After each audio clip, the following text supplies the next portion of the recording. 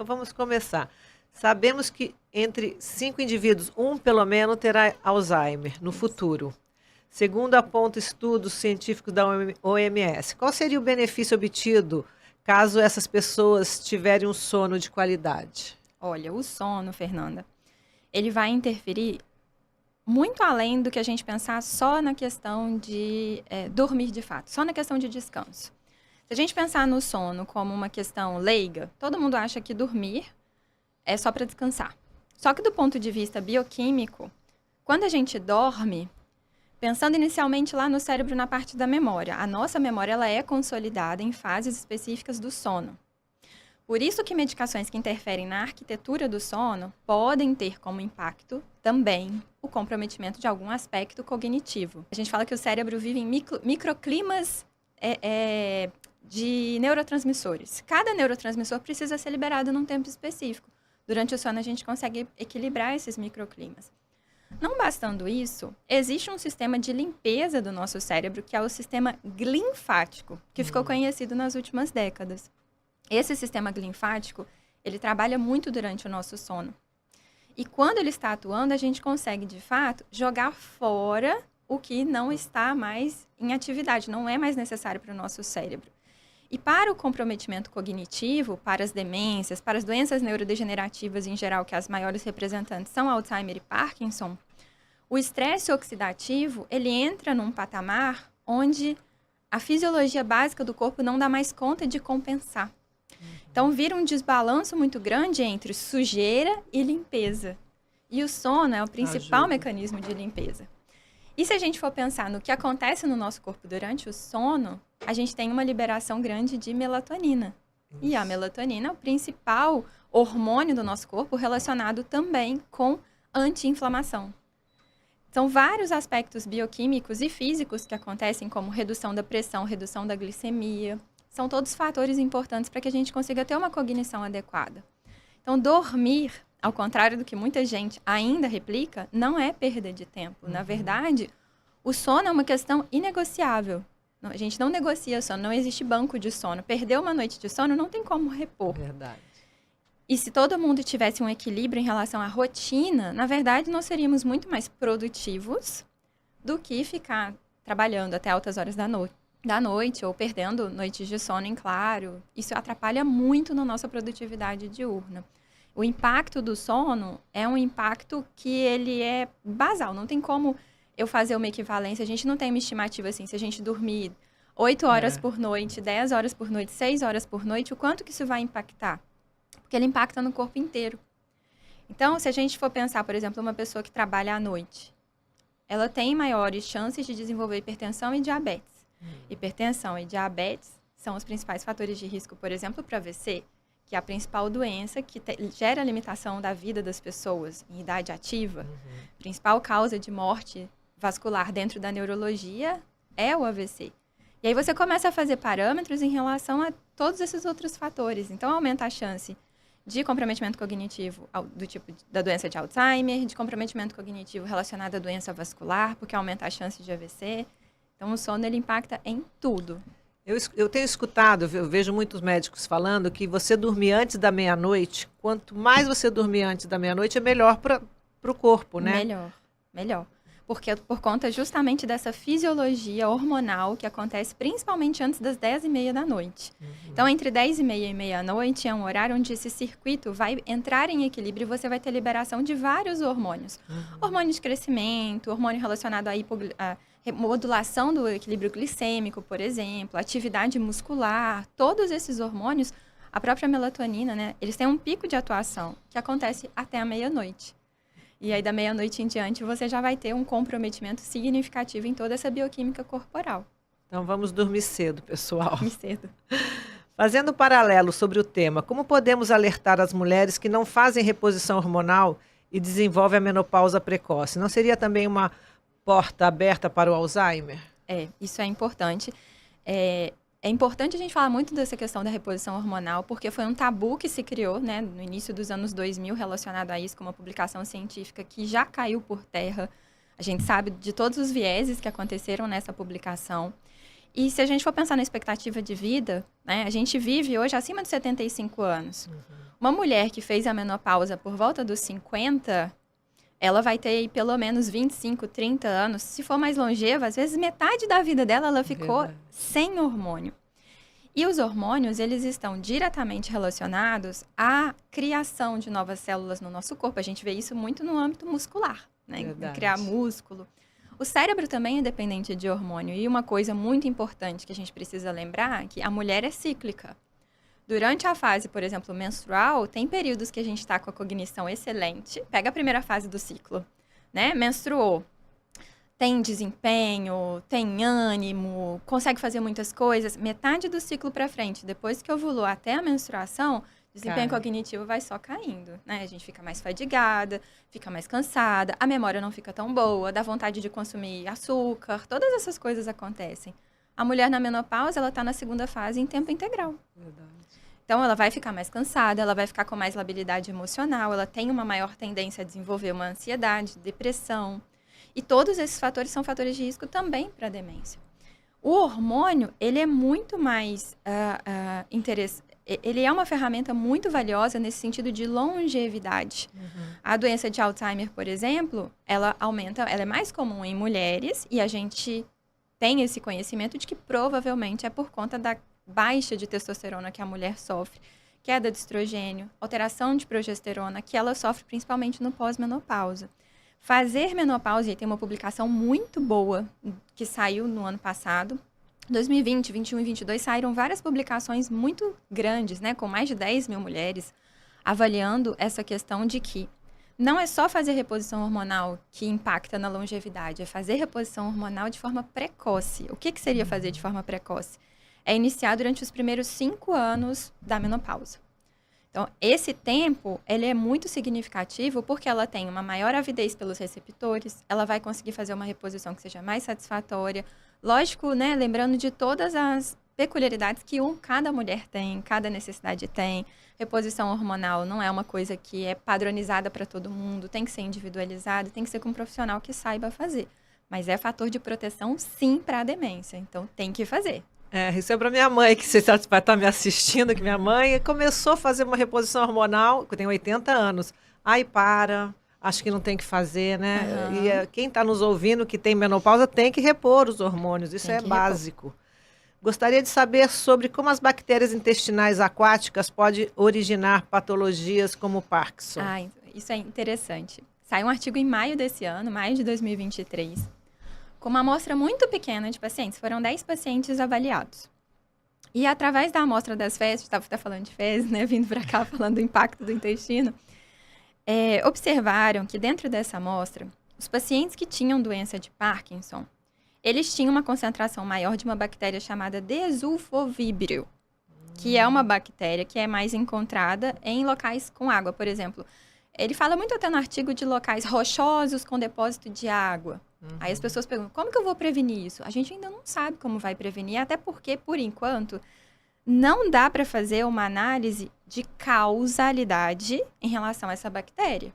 O que aconteceu nesse estudo? Eles pegaram as fezes desses pacientes, viram quais bactérias estavam em maior concentração, menor concentração, pegaram essa bactéria que eles viram que estava em maior concentração nos pacientes portadores de doença de Parkinson e colocaram num parasita, que ele é muito bom para estudar a doença do sistema nervoso central, porque ele tem muito receptor dopaminérgico. E aí eles colocaram nesse parasita e o parasita começou a desenvolver sintomas parkinsonianos. Olha, que incrível. Então, por enquanto, é uma questão observacional, mas não dá para poder colocar isso como uma questão de causalidade na prática clínica, mas isso vai de encontro à fisiopatologia da doença de Parkinson, porque a gente sabe que a doença de Parkinson começa no intestino. A alfa-sinucleína, que é uma proteína que está agregada de forma errática no nosso corpo, ela começa a se agregar de forma errada no abdômen, no intestino, sobe pelo nervo vago, entra lá no mesencéfalo e começa a fazer a morte precoce, a apoptose precoce dos neurônios do mesencéfalo, que são os neurônios que produzem a dopamina no nosso corpo. Só quando esses neurônios já foram perdidos de 40% a 60%, é que os sintomas motores começam. Então, quando a gente faz o diagnóstico da doença de Parkinson na prática, porque é um diagnóstico clínico, isso também as pessoas às vezes acham, eu vou fazer uma ressonância e vai mostrar que eu tenho Parkinson. Não tem exame ainda. Doença de Parkinson é um diagnóstico de exclusão, a gente pede ressonância no objetivo de que ela venha normal. E o diagnóstico é clínico, a gente examina o paciente, a gente olha para o paciente e às vezes já sabe que o paciente tem só pela face dele, né, que é uma face hipomímica. E aí a gente faz o diagnóstico, né, desse paciente, mas a gente sabe que a doença pode ter começado 20 anos antes. Olha. Como que ela começou? Com constipação intestinal, com perda de olfato, com depressão, com ansiedade. São todos fatores, com distúrbio do sono. São todos fatores que vêm nessa fase prodrômica que a gente fala. Então, durante esses 20 anos, o quadro estava se instalando e a gente não conseguiu fazer o diagnóstico. Nossa, incrível isso. Você pode falar sobre os fitoterápicos e como eles poderiam auxiliar um indivíduo num tratamento pós-traumático? Claro. Bom, a neurologia ela é vista como uma especialidade muito pouco resolutiva na prática clínica, né? O índice de... Vou fazer esse contexto inicial para a gente chegar na fitoterapia. O índice de depressão, burnout, suicídio entre os neurologistas é um dos mais altos dentre todas as especialidades médicas. E isso está muito relacionado com a falta de motivação que os neurologistas sentem em relação a mudar o curso das doenças. A neurologia ela é a especialidade que faz os diagnósticos mais difíceis, mais complexos, com os nomes mais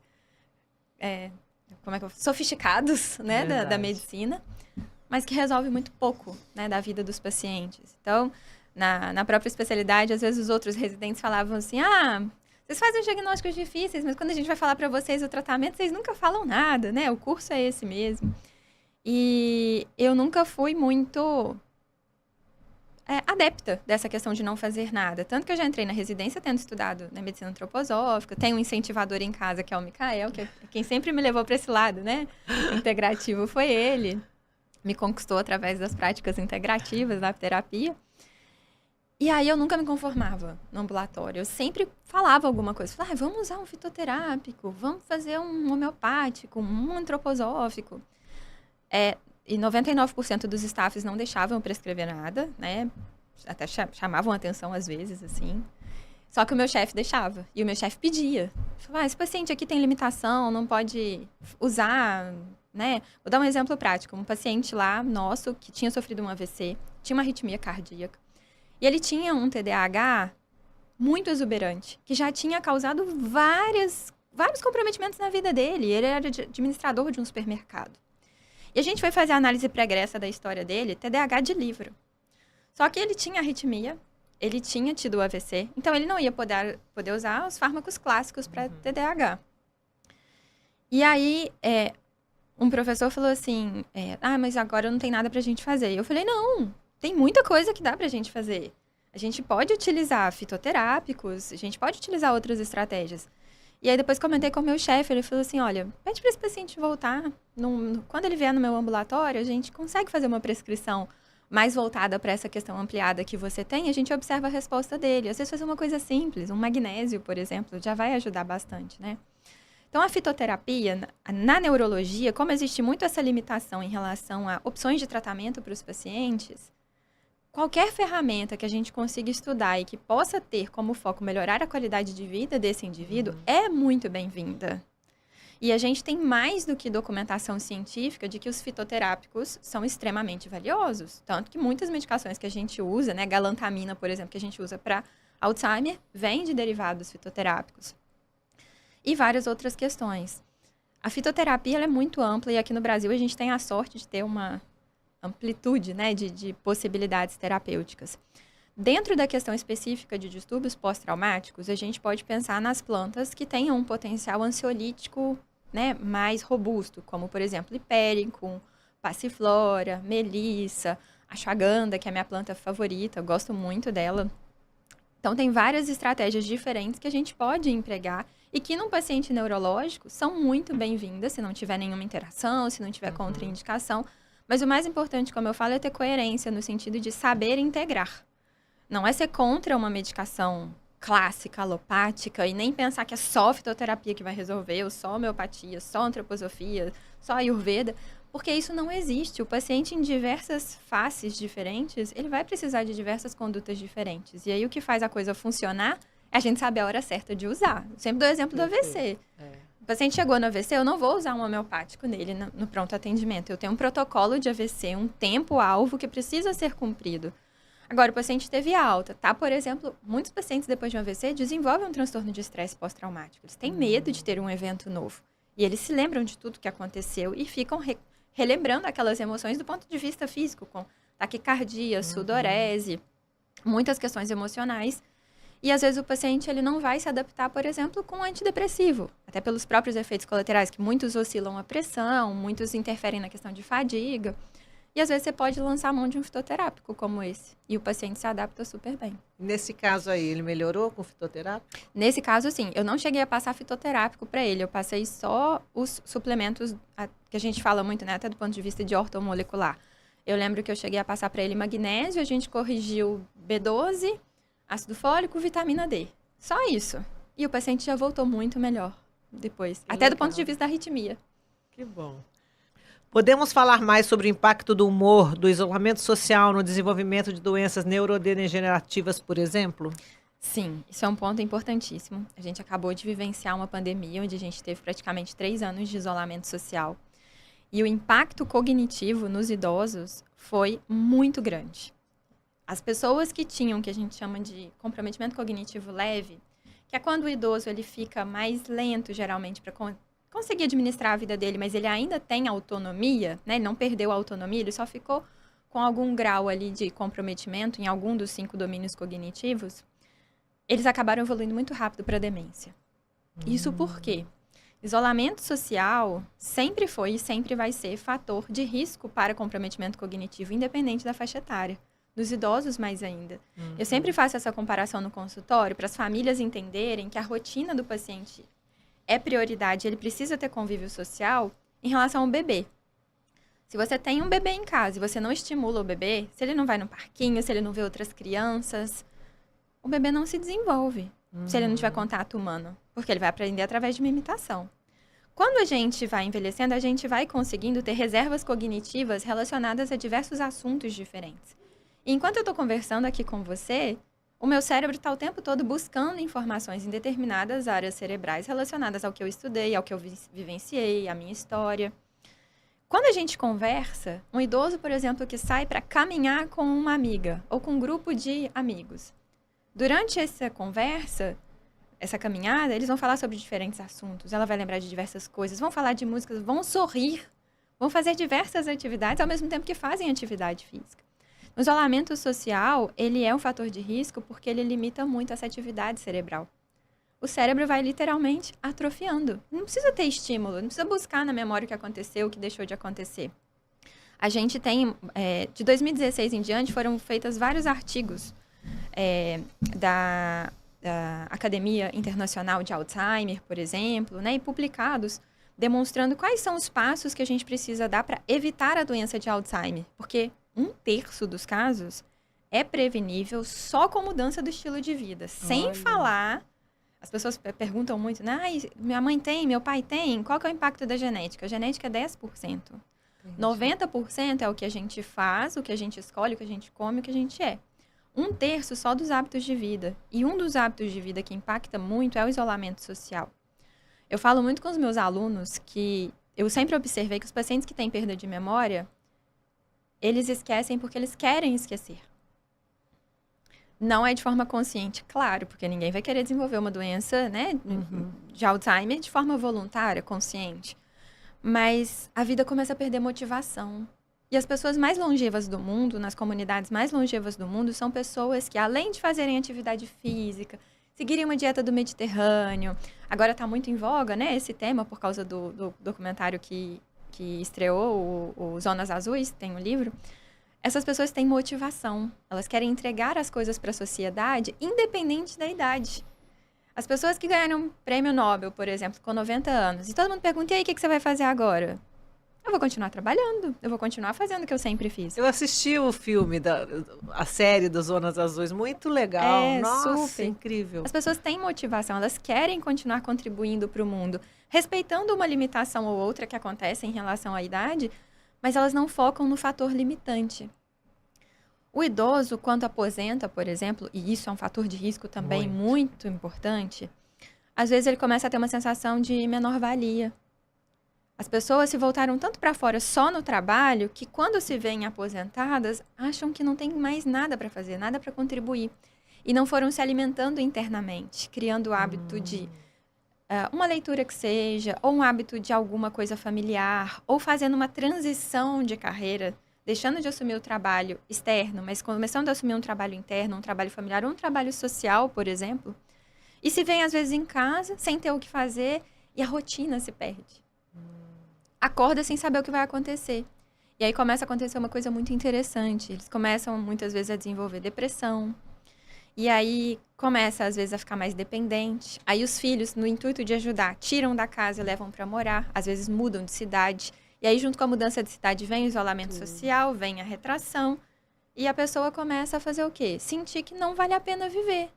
A maioria das pessoas que desenvolvem Alzheimer, antes disso, e eu incluo nisso até a minha avó, ela repetia muito. Envelhecer é muito ruim, minha filha. Não gosto de envelhecer. Envelhecer é muito pesado. Agora eu dou trabalho para todo... E não dava trabalho nenhum, mas na cabeça dela, ela dava trabalho. Dá muito trabalho. Olha só, antes eu ajudava sua mãe a lavar roupa. Agora eu não posso mais lavar roupa de ninguém. Antes eu passava roupa de todo mundo.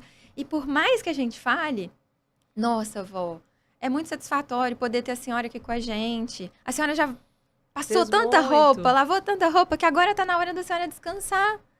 Mas internamente isso não foi trabalhado.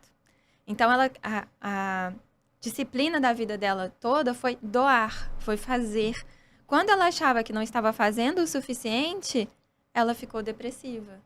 E aí a depressão se refletia em insônia, em uma dor intratável no quadril, que a gente fazia de tudo e não melhorava, até que a doença começou.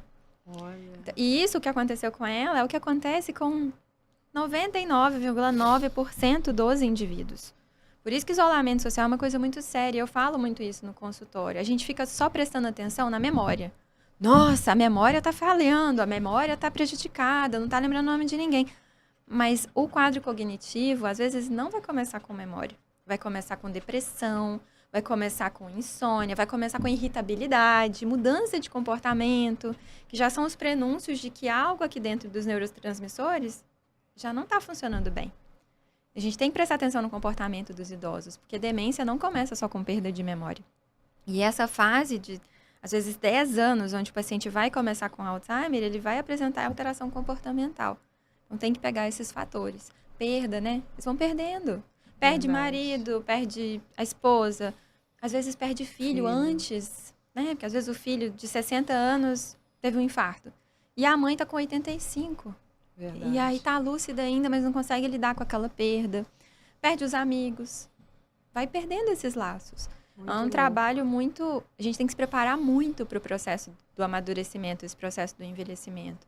Para a gente ter essa motivação de entender que tudo é um ciclo e que a gente pode contribuir para a sociedade em qualquer faixa etária, para poder ter essa motivação de continuar vivendo e continuar retendo informação nova.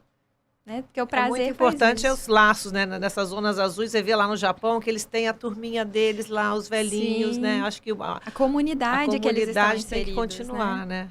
Porque na comunidade é uma troca. Você dá e você recebe. Se hoje eu não posso dar 100%, eu vou dar 30% e o meu vizinho dá 70%. Isso, e aquilo ali me motiva a, na próxima semana, eu fazer 70% e o meu vizinho está com 30%, porque o filho está doente, eu vou precisar ir lá, eu vou fazer uma comida, eu vou fazer um bolo. Isso em cidade pequena ainda acontece muito.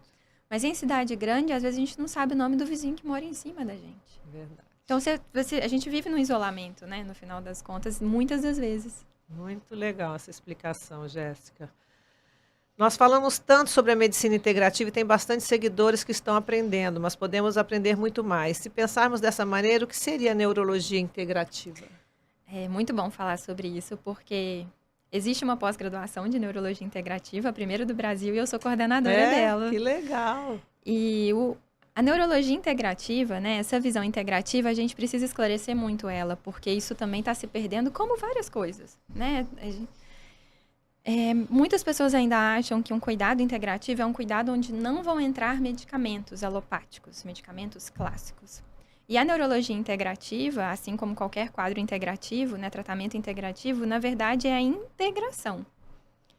Você precisa saber a hora certa de usar medicamento, a hora certa de usar um fitoterápico, um homeopático, um óleo de cannabis, por exemplo, dependendo do cenário no qual o paciente está inserido. Então, na pós-graduação, por exemplo, a gente monta a grade baseada, primeiro, em várias práticas integrativas que já são reconhecidas e consolidadas pelas práticas integrativas e complementares aqui do Brasil. Então, tem aula de tudo isso. Para quem nunca teve contato com ozônio, com homeopatia, fitoterapia, medicina antroposófica, cannabis, eixo intestino-cérebro, suplementação, tem aula disso tudo. E depois, na segunda etapa, a gente tem a parte clínica, onde a gente aprende, através de questões clínicas, casos clínicos, qual que é a forma como eu diagnostico esses pacientes, qual que é o tratamento padrão ouro, considerado primeira linha para esse tipo de tratamento. E dentro de tudo que eu já aprendi na primeira parte de práticas integrativas, o que pode melhorar a qualidade de vida desse paciente? Vamos pegar o exemplo do Alzheimer, por exemplo, né? Doença de Alzheimer hoje. A gente tem 2 classes de medicamentos que são autorizadas para a gente tratar aqui no Brasil. Os anticorpos monoclonais a gente ainda não usa. A resposta dele dos dois está sendo muito frustra do que a gente teve de liberação até agora. Um paciente com doença de Alzheimer, você vai escolher um anticolinesterásico, dos 3 que a gente tem disponíveis, ou a memantina. Só isso que você tem de opção dentro da visão clássica. Só que a gente já aprendeu lá na primeira etapa da pós-graduação, por exemplo, que deficiência de vitamina B12 é padrão também para gerar manifestação cognitiva, deficiência de ácido fólico, deficiência de vitamina D, magnésio. Existem 5 elementos que eu falo que todo mundo precisa olhar dentro da neurologia antes de pensar em fitoterapia, qualquer coisa. Tem que olhar esses 5, que são a B12, o ácido fólico, magnésio, a vitamina D e o ferro, se for precisar, principalmente em mulher, porque é muito comum a gente pegar mulher com ferritina abaixo com queixa cognitiva. E aí você já aprendeu isso. Aí você vai fazer um diagnóstico, dá o diagnóstico de Alzheimer como sendo uma questão já definitiva, né? E a família já entra naquele diagnóstico, já sofre, o paciente sofre com aquilo, porque os pacientes, às vezes, no início do diagnóstico, estão lúcidos, eles estão entendendo o que está acontecendo. E é só isso.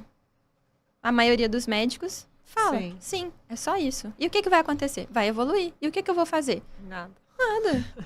Vai abordando. O que vai acontecer? Vai ficar ansioso, a gente vai dar um ansiolítico. Vai ter insônia, aí vamos dar o remédio. Vai ter psicose. Então a gente vai dar o remédio antipsicótico. Mas e aí? Cada vez vai entrando mais remédio, o paciente vai evoluindo. Então, existem estratégias que a gente pode fazer pensando na gênese da doença. Doença de Alzheimer não é baseada em estresse oxidativo, disfunção mitocondrial, disfunção lisossomal. O que eu posso fazer com esses pacientes? Nossa, às vezes coisa muito simples, uma creatina. Nossa, quantos estudos de creatina tem, por exemplo, na prática, estudos clínicos, estudos randomizados, estudos bem desenhados, demonstrando que o paciente que suplementou com creatina tinha um menor declínio cognitivo. O paciente é sedentário. Vamos levar ele para um pilates. Vamos levar ele para fazer caminhada. Uma caminhada 3 vezes por semana, mais o pilates 2 vezes por semana, ele já vai interagir mais, vai começar a fazer exercício físico. Melhor estratégia antioxidante que existe depois do sono é exercício. Tem que fazer exercício. E é tarde para começar depois do diagnóstico? Não, sempre é hora. Sempre vai trazer benefícios, os estudos mostram isso. Mesmo que comece depois do diagnóstico, o declínio cognitivo é menor. Dieta. Tem dieta específica? Claro que tem.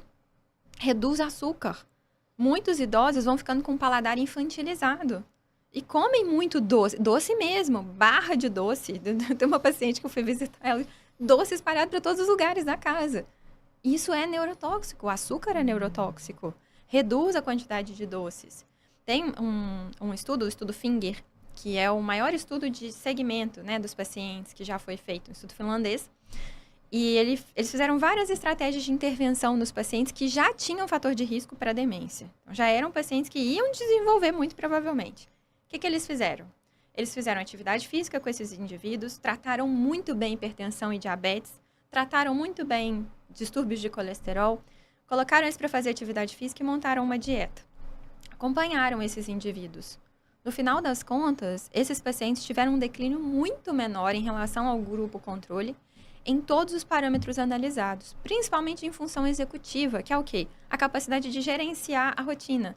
Se vestir, cozinhar, estacionar um carro, por exemplo.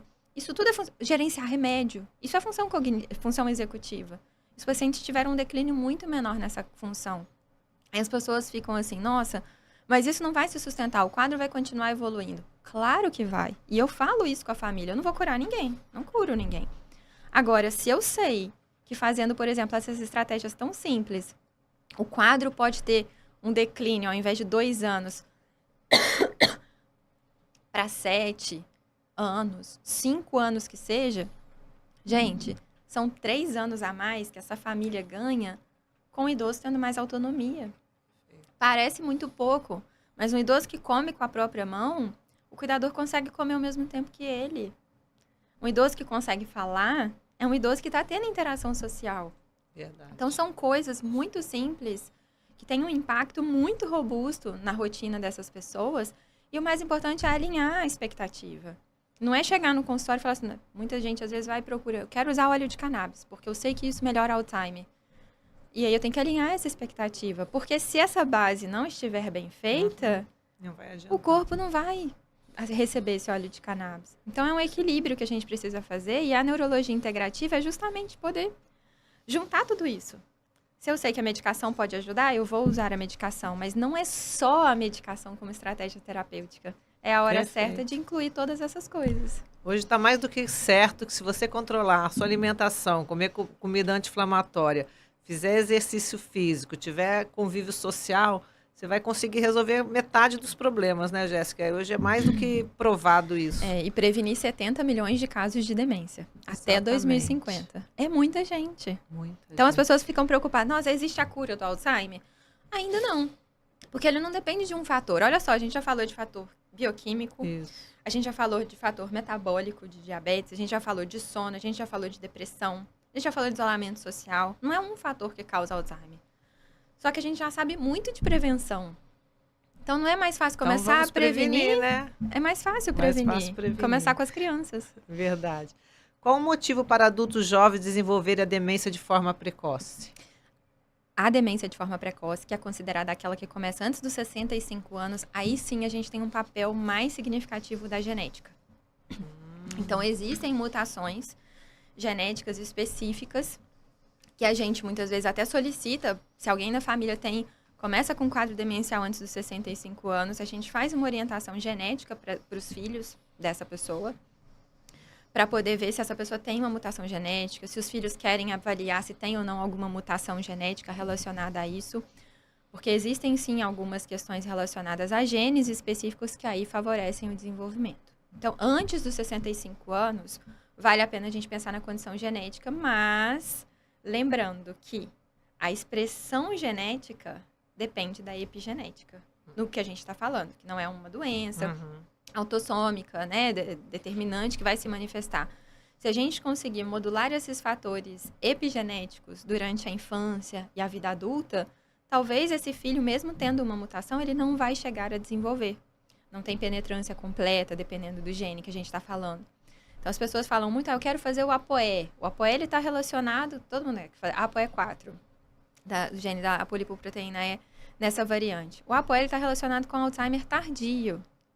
Só que ele também sofre uma influência muito grande de tudo que a gente faz durante a nossa vida. Então, às vezes, a família vem e fala, eu fiz um teste por minha conta e eu tenho mutação no gene da APOE. E aí?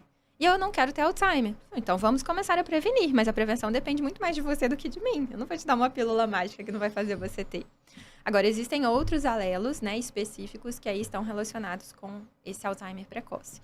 Aí é uma outra categoria. Fora isso, né, não tem mutação genética, foi um caso esporádico. Estresse.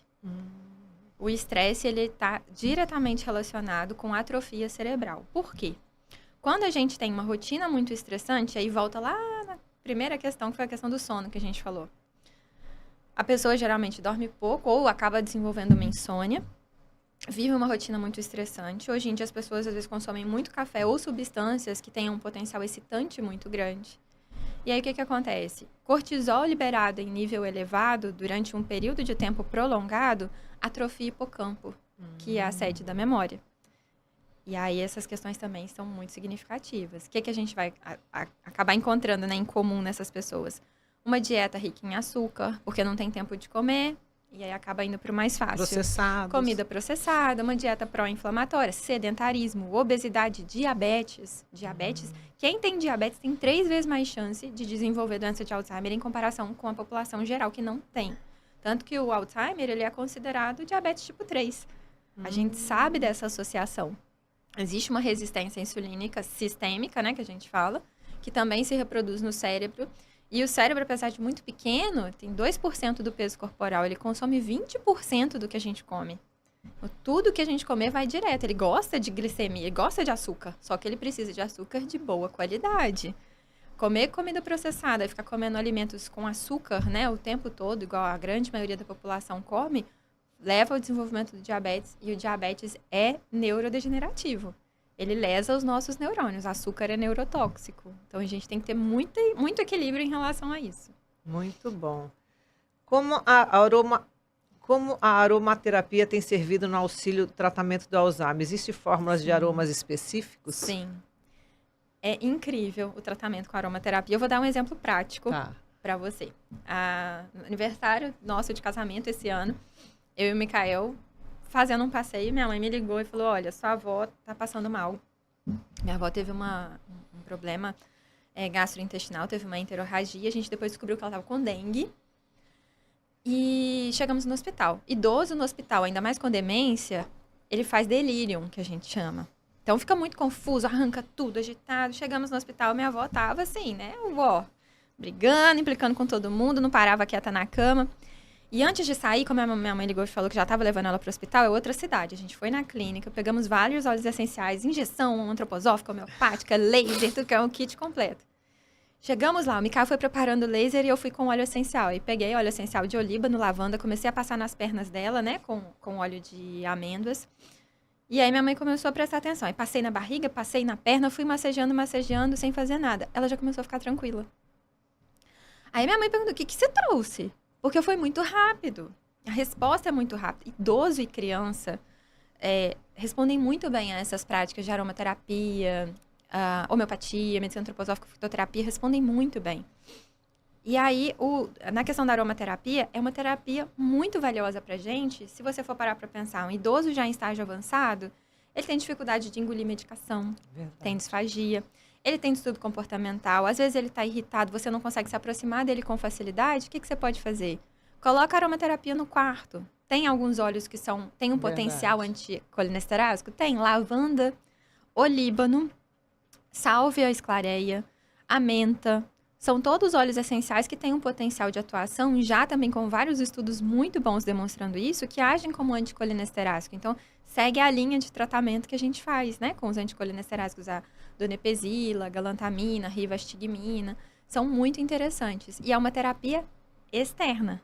Você não está dando nada para o paciente tomar, você não está dando nada para ele engolir. E você interfere muito no comportamento dele durante o dia e na qualidade do sono também. Então, uso bastante e recomendo. Que bom. Hoje, muitos meios de comunicação têm abordado o uso excessivo de bebidas como um alerta não só ao alcoolismo, como muitos pensavam antigamente. Muitos desenvolvem demência com o passar dos anos. Qual o seu principal malefício ao cérebro, o álcool? O álcool, ele é neurotóxico. Independente da quantidade. As pessoas até falam assim, o tabagismo é fator de risco para desenvolvimento de demência. Mas o álcool também é. E o álcool a gente não divulga tanto. O álcool entra na dieta do Mediterrâneo um consumo baixo, né, de bebidas, de vinho principalmente, e aí todo mundo quer falar do resveratrol, mas o fato é que o álcool não tem nível que seja seguro para o cérebro, tanto que a gente sente imediatamente, né, quando a gente consome. Então, do ponto de vista bioquímico isolado do álcool, ele é neurotóxico, ele age ali principalmente nas questões relacionadas à atenção, interfere no sistema límbico, tanto que é uma das substâncias mais viciantes, né, que existem. A gente tem uma tendência a ter uma adição muito exacerbada a álcool. Ele entra na questão do equilíbrio, ele é neurotóxico para o cerebelo, para a parte posterior do cérebro também.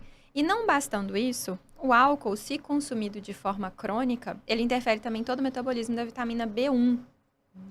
Então, existem condições específicas cerebrais relacionadas ao consumo crônico de álcool, né, nas pessoas etilistas. Existem demências, como, por exemplo, a demência de Verne, que pode evoluir para um quadro de Korsakoff, onde o paciente realmente ele fica demenciado, ele fica caquético, ele tem alucinações. É um quadro bem sério que acontece relacionado à deficiência de B1, uma de forma aguda, a outra de forma crônica.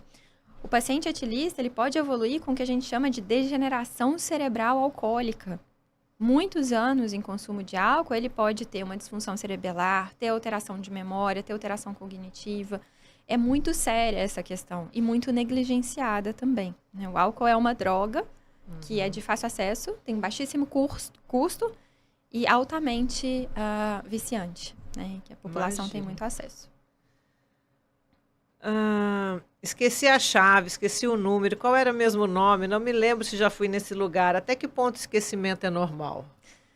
Essa é a pergunta que eu recebo todos os dias, né? Até porque diferentes faixas etárias a gente pode passar por isso. Se a gente está numa fase mais estressante, está tendo muita coisa para fazer, está com a rotina muito comprometida, como a gente presta pouca atenção, às vezes, na hora que vai fazer, por exemplo, guardar a chave.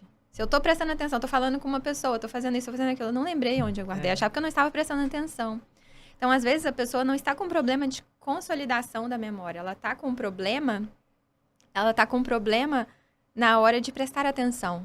A gente hoje fica muito hipervigil, prestando atenção o tempo todo. Tem celular, tem câmera, tem a mulher, sinal. Né, muito assim. Muito, a mulher já é hipervigil natural, dá conta de tudo. E hipotenaz. Então, a tenacidade é capaz de prestar atenção em uma coisa só de cada vez. Se eu estou hipotenaz, o que está acontecendo ao redor está chamando a atenção, mas o que precisa de fato eu não estou guardando. Aí o que vai acontecer? O processo de memória de internalização, metabolização, guardar aquela memória de fato não vai acontecer. Aí você acha que está com a memória ruim, mas na verdade você está com a atenção prejudicada. A memória, ela começa a sofrer interferência. O que é patológico? Aí vem uma linha muito tênue entre quando o paciente de fato tem comprometimento cognitivo. As pessoas ainda acham que envelhecer é sinônimo de ter memória ruim, e não é. Se fosse assim, todo mundo que chegou lá com 100 anos ia ter problema de memória, e não é o que acontece. A gente precisa ter em mente que o paciente precisa ter autonomia. Existe uma linha muito tênue entre envelhecer saudável, comprometimento cognitivo leve e demência. No envelhecer saudável, é comum que a pessoa vá ficando lenta, né? Vai tendo certa limitação para fazer alguma coisa. Só que ela vai ficando lenta em relação a todos esses aspectos e não precisa de ajuda para nada. No comprometimento cognitivo leve, a gente tem 5 domínios cognitivos: linguagem, função executiva, a memória, o comportamento e a função executiva. Linguagem, função executiva, função visoespacial, memória e comportamento. No comprometimento cognitivo, o paciente tem comprometimento de algum desses 5, mas ele continua fazendo as coisas dele com um pouquinho de suporte. Faz tudo sozinho. Agora, a demência, eu tenho que ter 2 comprometimentos, 2 fatores comprometidos desses 5 domínios, e a pessoa precisa de ajuda para as atividades instrumentais. Então, ela já está parando de dirigir, porque está batendo muito carro, ela já não consegue gerenciar dinheiro, porque não está pagando as contas, não gerencia os remédios, porque não está dando mais conta de o que é de manhã, o que é de noite, se tomou, se não tomou, pagou a conta, não pagou, não consegue mais gerenciar o banho, por exemplo. Tomou banho, às vezes você chega, a pessoa não tomou. Então, saber avaliar esses parâmetros são coisas que a gente só consegue, de fato, na consulta. Porque as famílias geralmente chegam quando está no quadro de demência já, mas o ideal é todo mundo chegar no comprometimento cognitivo leve. Que aí você consegue fazer muito mais conduta dessas intervenções externas, por exemplo, de atividade, de rotina, estímulo cognitivo, né? Tem coisas específicas que a gente pode fazer para isso. Nossa, que incrível isso. A perda auditiva tem a ver com demência? Tem. É um dos fatores de risco. Então, nessas publicações que eu te falei, 2016 para cá, sobre esses passos para evitar a demência, a perda auditiva está lá no meio. Os pacientes que têm comprometimento auditivo, o que eles acabam fazendo no final das contas? Eles começam a ficar isolados. Porque eles não dão conta de acompanhar a conversa. Se está num lugar que tem muito ruído, todo mundo falando ao mesmo tempo, eles ficam, Tem até um artigo que saiu, acho que de 2016, que falava do sinal do Cuidado com o idoso que fica perguntando muito o tempo todo. Leva para fazer uma audiometria, porque ele pode estar com comprometimento auditivo e isso é fator de risco para demência, sim. Nossa Senhora. Eu queria que você falasse sobre os nootrópicos, que também são conhecidos como drogas da inteligência, smart drugs. Tem um público jovem tomando por conta própria. Quais os perigos e para qual problema cognitivo ele foi criado?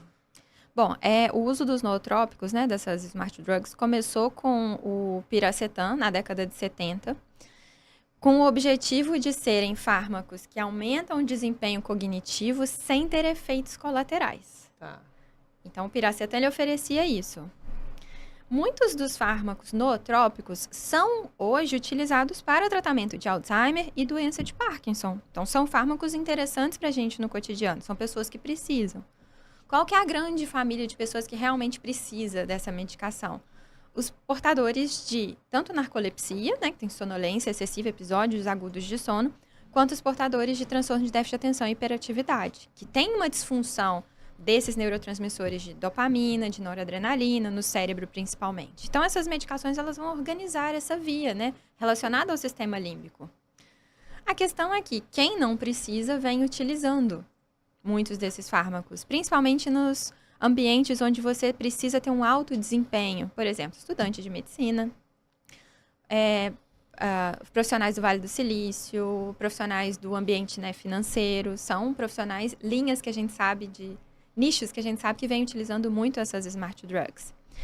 E não são medicações que, no fundo, né, as específicas de hoje, as mais comuns são a Ritalina, o Venvance, a modafinila, são medicações que têm, sim, efeitos colaterais. Um exemplo típico, o paciente que desenvolve hipertensão depois que começa a tomar. O paciente que desenvolve arritmia cardíaca. O paciente que começa a se tornar, por exemplo, bipolar. Já tinha uma ansiedade que não foi tratada. Essa ansiedade era um paciente que já tinha uma predisposição a ser bipolar e ele começa a ciclar, por exemplo, depois que começou a usar essas medicações. Então, é remédio.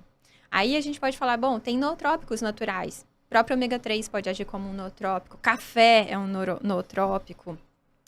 O perzine é um nootrópico. Tem muitas substâncias. O próprio piracetam, que também é hoje ainda utilizado. A questão é, quem precisa, qual a dosagem, quem vai fazer o acompanhamento? Tem pacientes que, como gera dependência, tem pacientes que chegam, às vezes, a utilizar 5 comprimidos de Venvance por dia. Nossa. A questão está ficando tão séria que já tem estudo demonstrando que a gente já tem essas substâncias no solo em determinadas regiões, na água. Então, você tem uma anfetamina na água, aonde que isso vai chegar? Né? Uma substância que tem uma via muito específica no nosso cérebro, que gera dependência química, está gerando. Já tem lugares onde você tem internação para esse tipo de dependência química. Está virando uma dependência química, né? Nossa. É um desempenho a qualquer custo. Então, já existem evidências falando que é uma modulação cognitiva farmacêutica, né? Uma modulação bioquímica gerada por essas medicações. E aí, o que acontece? Muitas vezes, essas pessoas elas começam a não ter ciclo mais na vida. Elas tomam o Venvance para acordar e precisam tomar um hipnótico para dormir. Olha isso. E isso tem um impacto cognitivo tanto no curto prazo quanto no longo prazo. A gente já tem evidência de que no curto prazo isso pode reduzir a capacidade de retenção de informações que você tem, porque você usa a medicação, você fica com a atenção ali, mas você não vai conseguir reter aquela informação por mais tempo. E no longo prazo também uma implicação maior nessa questão de dificuldade de aprendizado, que pode, com certeza, acabar aumentando as chances de um comprometimento cognitivo no futuro. Eu conheci uma médica no final de semana passado, num evento que eu fui, que ela falou que ela toma Venvance, que dá uma coisa cognitiva, e para o filho dela também. Eu fiquei assim, ó, né? Estranho uma médica falando isso. Tem muitos profissionais hoje de diversas áreas que não vivem sem, que utilizam mesmo sem ter uma necessidade. Te deixa mais inteligente, pode-se dizer isso. Ele aumenta a sua capacidade de atenção, né? Porque hoje qual que é o problema? A gente dispersa muito fácil. É foco, isso mesmo que ela falou. Então, o que ele faz? Ele traz tenacidade, você consegue focar. Sem ele, é muito fácil você dispersar para o celular, para qualquer coisa. Só que isso é gerenciamento de tempo, gerenciamento de rotina, trabalhar com prioridades, ter uma boa noite de sono para você acordar bem, tranquilo para fazer isso. Então, nesse aspecto bioquímico, você está fazendo uma modulação química, farmacológica, mas você pode fazer isso com estilo de vida, organizando seu tempo. Você não sabe aonde que isso vai chegar num determinado momento. Verdade. E qual que é a tendência? Precisar cada vez de uma dose maior. Né? Isso que é o perigo. Qual foi a relação que você desenvolveu com o esporte no decorrer da sua vida? Quanto isso te influenciou nos seus hábitos? Esporte. Nunca fui boa para jogar nada coletivo. Mas sempre fez balé, Sempre fez fiz. natação. Sempre fiz, assim, morava em cidade pequena, então o que a gente mais fazia era correr, fazia muitos jogos, muita coisa. Comecei a fazer academia na adolescência, com 15 anos eu comecei a fazer musculação, e na faculdade abandonei. E aí, o que acontece na faculdade? Vem aquela cobrança de que dormir é perda de tempo e você não deve fazer nada fora dos estudos, Só porque é uma estudar. concorrência muito grande. E aí, abandonei. Parei de fazer tudo. Até que comecei a namorar com o Mikael. E aí vem, né? Vamos fazer natação. Não, você vai fazer natação. Vamos nadar. Nossa, mas a água gelada. Fiz 3 anos direitinho. Meu Mas aí Deus. depois deixei a natação. E aí o que começou a acontecer? As coisas vão se encaixando, né? E aí comecei a despertar de novo a questão da musculação. Comecei a questão da yoga, que na pandemia foi muito interessante pra mim. Eu falo que o que me fez ter eixo de novo quando a pandemia começou, porque eu fiquei muito impressionada com tudo que estava acontecendo, foi a yoga. Eu comecei a praticar com aplicativo em casa, né? Porque estava tudo fechado. E mudou minha cabeça. Então, eu começava a legal. ficar, às vezes, muito preocupada com tudo que poderia acontecer, com todas as pessoas. E aí, eu ia fazer yoga. Eu falava, nossa, esse negócio realmente funciona. E eu sempre tive ímpeto para fazer, mas eu sempre deixava de lado.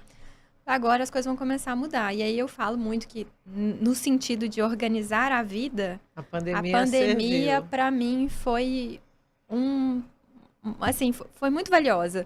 Porque eu pedi demissão de vários empregos, eu comecei a olhar mais pra mim, eu comecei a me alimentar muito melhor e eu comecei a ter regularidade pra fazer exercício físico. Então, de alguém que não fazia nada, Verdade. hoje, pelo menos 5 vezes por semana, eu me exercito de alguma forma. Seja com aeróbico, musculação, yoga, eu sempre faço alguma coisa. Que legal. É incrível. Jéssica, para a gente terminar, deixa uma mensagem para quem nos assiste. Ai, claro, olha, mensagem. Quase nada começa no cérebro. Então, se você quer ter um cérebro que funcione bem, se você quer ter longevidade com lucidez, cuide bem do seu corpo. O nosso corpo é a chave para que essa caixa aqui funcione. Então, coma bem, se exercite, tenha hábitos saudáveis, cuide da sua saúde mental, se alimente internamente e cognitivamente com coisas que são boas, com círculos que são bons, com pessoas que te façam bem, né? Tome cuidado com essas escolhas que a gente faz, que muitas vezes são pessoas que não puxam a gente para crescer, só querem fazer a gente diminuir. Então, o cérebro, ele é muito resiliente. Ele aguenta muita coisa, mas quando ele começa a sinalizar que está doente, não é doença que começa nele, geralmente. São problemas daqui de baixo que vão repercutir na saúde dele. Então, cuide do todo que vai dar tudo certo. Que bom, adorei, querida. Eu Muito também, bom. obrigada. Quase 1 hora de entrevista, maravilhoso. Então é isso, gente. Se você gostou, deixa o seu like. E quiser mandar uma mensagem para a Jéssica ou para mim, pode mandar que a gente responde. E todo domingo uma entrevista nova no canal. É isso, até a próxima. Beijo.